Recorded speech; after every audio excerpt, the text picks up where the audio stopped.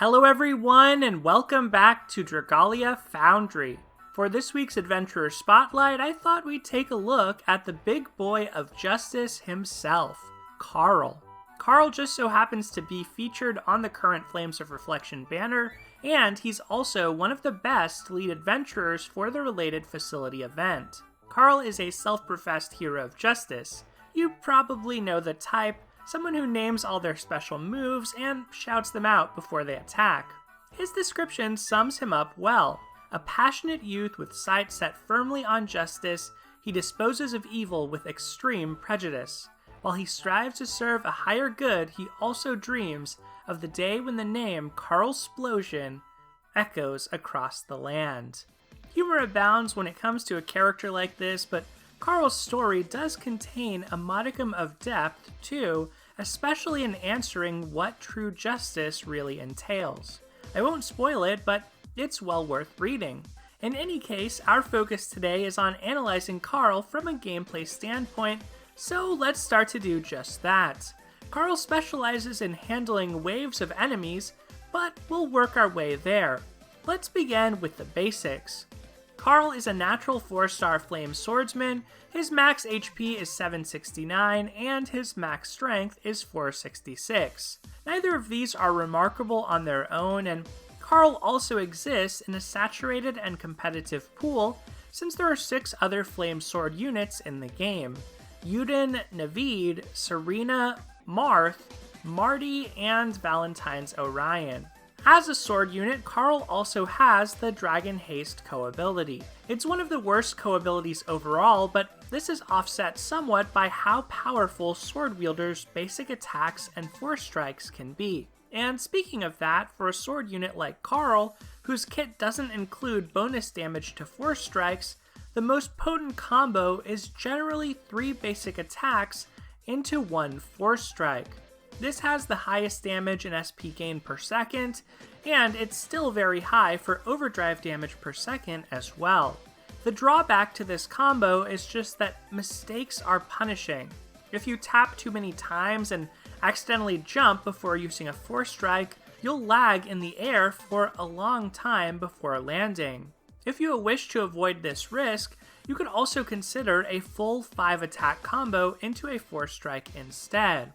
However, the damage from this per frame is only 88% of what you could achieve with the shorter 3 hits plus force strike combo. Regardless of which you use, Karl can charge up his first skill pretty rapidly. Vanquishing Flame is a simple 2-hit spin attack. This skill can be used frequently, but the damage ratio is fairly low, only 750% total when fully upgraded. It takes Karl 3 short combos to charge up, and the hit pattern is good when dealing with lots of small enemies, making it helpful for facility events and Imperial Onslaught.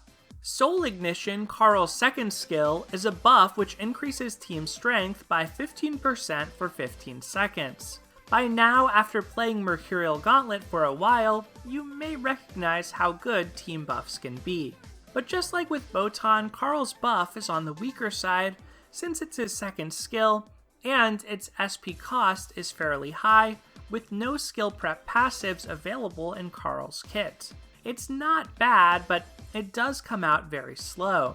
Soul Ignition takes around 8 short combos to charge, and it's generally not worth trying to up the buff duration when Karl can utilize other prints more effectively. Karl's abilities are where his identity as a mob masher really comes into its own. Karl Slayer's strength powers him up with a permanent 5% strength buff for every 5 foes defeated, up to 5 times a quest.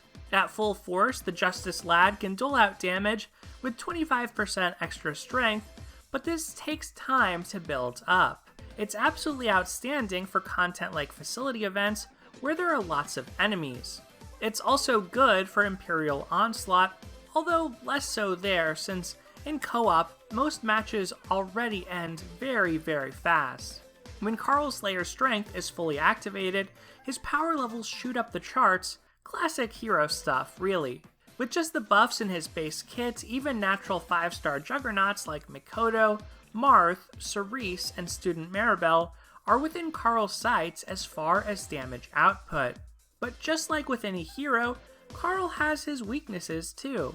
Strength buffs max out at 10 stacks. Slayer strength buffs count toward this. This means that additional buffs, including those from Karl's own Soul Ignition, whiff after that point. Soul Ignition can still buff anyone on the team who isn't capped out, of course, so it's not all bad news. Fortunately, Karl's second ability of 100% sleep res just so happens to work well in quests with lots of foes. The Woke Warrior is perfect for Flames of Reflection and Wind IO. His resistance is also effective against Void Zephyr, although his Slayer's strength is totally useless in that battle. Karl's not the greatest against High Midgard Stormer either, but the stun there isn't really insurmountable. He's not exactly the safest pick for beginners when Yuden exists, but if you love Karl, he can get the job done.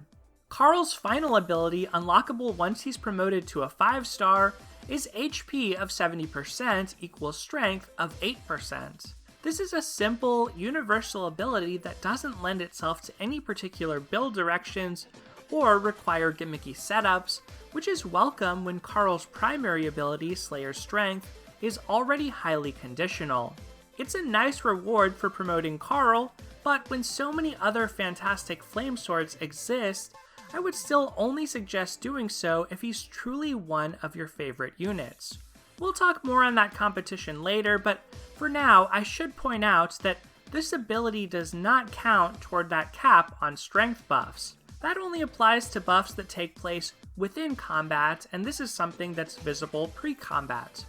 Next, I'll show off some gameplay of Karl soloing the Flames of Reflection facility event. He's even better with a team thanks to his buff skill, but hopefully this gives you a sense of how absurd a unit can be after stacking 10 strength buffs. The same principle applied to Ronzel during the last facility event. Any unit with passives like this are awesome considerations whenever these kinds of events take place. While that footage plays, let's talk build ideas for Karl. This time around, we'll begin with Wormprints. Let's build Karl for his best possible environment, a multi-enemy map with lots of baddies to vanquish.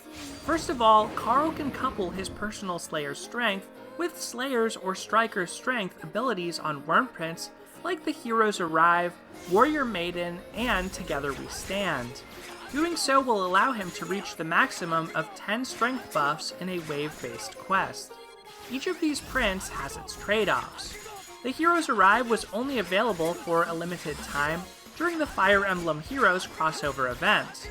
It has a higher value for Slayer's Strength, which makes it stand out, but its secondary ability of healing double buff isn't something Karl can trigger on his own. Warrior Maiden, meanwhile, has slightly weaker Slayer's Strength, but comes with recovery potency. Again, though, Karl has no innate way to use this. Together We Stand, finally, has Striker's Strength instead of Slayer's Strength, meaning the foes felled need to die to 4 strikes for it to work, but its other ability is skill damage of 20%. This probably has the best combination of abilities, although I could also see the case made for the Heroes Arrive as well. For a secondary print, Karl appreciates skill damage for his fast-to-cast primary skill.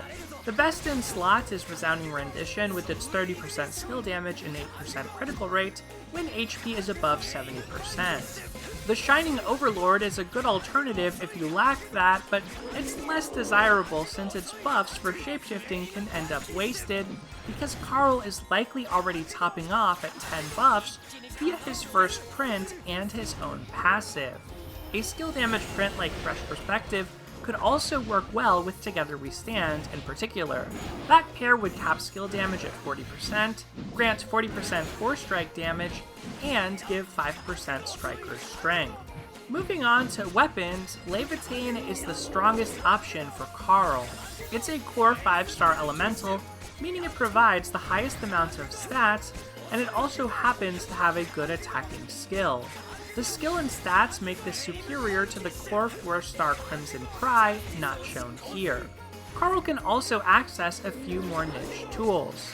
The Void Weapon Inferno Apogee is decent against High Midgard Swarmer thanks to its HMS Bane ability, and the Void Molten Ingot should be used against Void Zephyr thanks to its dull res. For dragons, Karl wants to prioritize strength. Karl's Soul Ignition and Slayer's Strength both grant in-combat buffs, which are multiplicative with the adventurer's pre-combat strength, not additive. This means that Karl gets the most benefit on these buffs when his dragon grants a high amount of strength, so Cerberus and Agni are the most obvious standouts for him. If you lack those, Prometheus, Arctos, and Ifrit can all work fine as well. Ifrit, being a natural 4-star, is the most available and easy to unbind choice. Next up, when it comes to teammates, Karl, well, doesn't exhibit any special synergies with other units. He has one minor interaction with Gala Cerise in that his Soul Ignition buff enhances the damage of her first skill, Brilliant Bolt, since that scales off of how many buffs she currently has active. But other sleep res units like Ramona and Sinoa can also contribute buffs to Cerise, so that isn't really super novel. The truth is, Karl works well with pretty much anyone since much of his game plan is executed solo.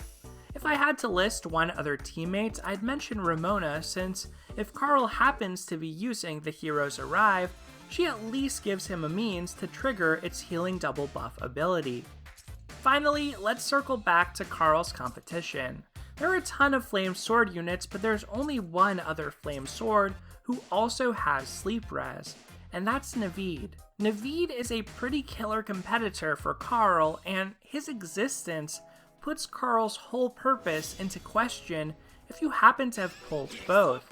You see, both of these units are very similar. Naveed also has 100% sleep res and Slayer's Strength, only his is for 6% rather than for 5% like Karl's. Naveed also happens to have more base strength than Karl, even when you factor in Karl's third ability, which Naveed exchanges for 100% skill prep as his third ability. Furthermore, Naveed can buff his own defense, often using his second skill, which happens to synergize well with double buffs. This matters since the Heroes Arrive has healing double buff, which can make Naveed into a fantastic sustain tank in longer quests like the Flames of Reflection facility event. Basically, in order to compete, Karl has to lean heavily on the strength of his teammates and the team-wide buff on Soul Ignition. Without that, he's quite a bit weaker than Naveed, but with it, he can hold his own. In any case, if you happen to lack Naveed, Karl is still one of the best options around for flame element wave-based content. Slayer's Strength is a relatively rare ability, only found on 6 units in the game. It's incredible if you are able to slog through tons of enemies, but it's also worthless in modes where you fight a single boss. This duality makes Karl excellent for facility events and Imperial Onslaught, but a lot weaker in other modes like High Midgard Swarmer, the Mercurial Gauntlet, and most raid battles. This is a good time to bring Karl in off the bench, but I wouldn't advise making him a staple on your flame team just yet. Another weak point to Karl is that abilities like Slayer's and Striker's Strength exist on Wormprints. So, to some extent, you can already take any unit of your choice and make them into a fiend-slaying machine. Even if those units can only reach 5 stacks instead of 10 without making some build sacrifices, that's still plenty good when the unit's base kit and stats were strong to begin with. For this reason, I do think sleep res characters with more raw power or team utility, like Ramona, Gala Cerise, and Sinoa, are probably safer choices when it comes to heavy investment. Karl is very good under particular circumstances, but these other units are often good in almost any context or quest. Alright, and that's all I have to say on Karl. The Hero of Justice shines brightest in certain modes, one of which, a sleep-inducing facility event, happens to be active right now. If you lack Naveed, Karl is an amazing unit to use as your leader, and he'd be a great pickup from the current Summon Showcase. But it's also hard to imagine going farther than that with Karl, unless you love the guy and want to max him out. Still, there's something immensely satisfying about racking up KOs with him and watching the buffs tick up. So I encourage you to give him a shot during this event. Even without promotion, he's still pretty awesome. Anyway, that's going to do it for this video. Let me know what you think of Karl in the comments below. Did I miss anything in my analysis? Do you use Karl yourself, and how is it working out for you? And of course, which do you prefer? The Karl-splosion or the not boom? I'd love to hear what you have to say. Otherwise, everyone, thank you so much for watching. Take care, and I'll see you next time.